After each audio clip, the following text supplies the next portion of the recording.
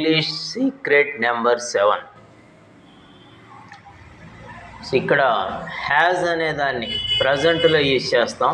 ప్రజెంట్లో has ఉపయోగించినప్పుడు కలిగి ఉండుట అని అర్థం ఇస్తుంది. అంటే ఓనర్షిప్ ఆర్ పొసెసివ్నెస్. ఇది నేను కలిగి ఉన్నాను అని చెప్పుకోవడం, అంటే నాకు ఉంది అని చెప్పుకోవడం. ఏ సబ్జెక్ట్ పక్కన అంటే he, she, it, single name వస్తే పక్కన హ్యాజ్ యూజ్ చేస్తాం. అంటే he has, she has, it has, Ramu has, Vani has, ఆ విధంగా.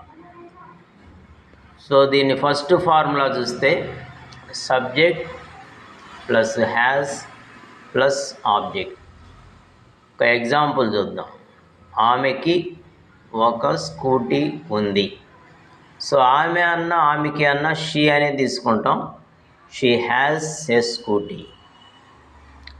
సో ఇక్కడ సబ్జెక్ట్ మార్చుకోవచ్చు. మనం హీ హ్యాజ్ ఏ స్కూటీ అనొచ్చు, లేదా రాము హ్యాజ్ ఏ స్కూటీ అనొచ్చు. లేదా మనం ఆబ్జెక్ట్ మార్చుకోవచ్చు.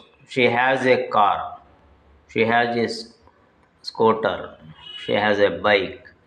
అలా we can make a number of sentences. She has 2 children, he has many friends. అలా ఒక వ్యక్తి కలిగి ఉన్నటువంటి వ్యక్తుల గురించి చెప్తాం. లేదా జంతువుల గురించో వస్తువుల గురించో సింగులర్గా తీసుకుంటే ఇట్ హ్యాజ్ 4 legs, దానికి 4 కాళ్ళు ఉన్నాయి, అలా చెప్పుకోవచ్చు.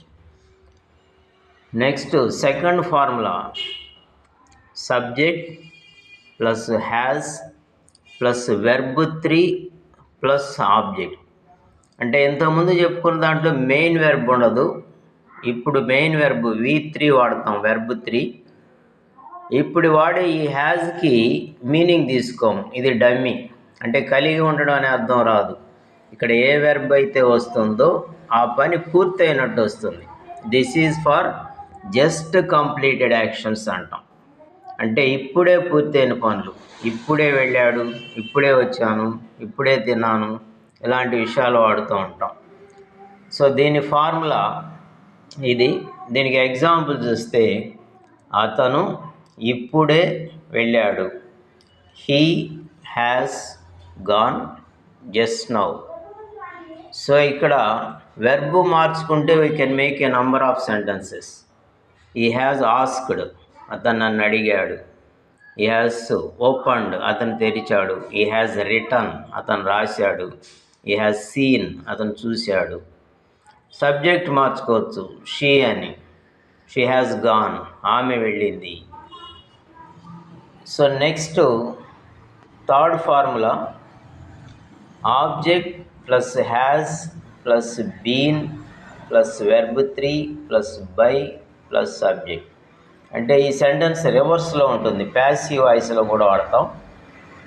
ఎగ్జాంపుల్, అతను ఆమె చేత అవమానించబడ్డాడు.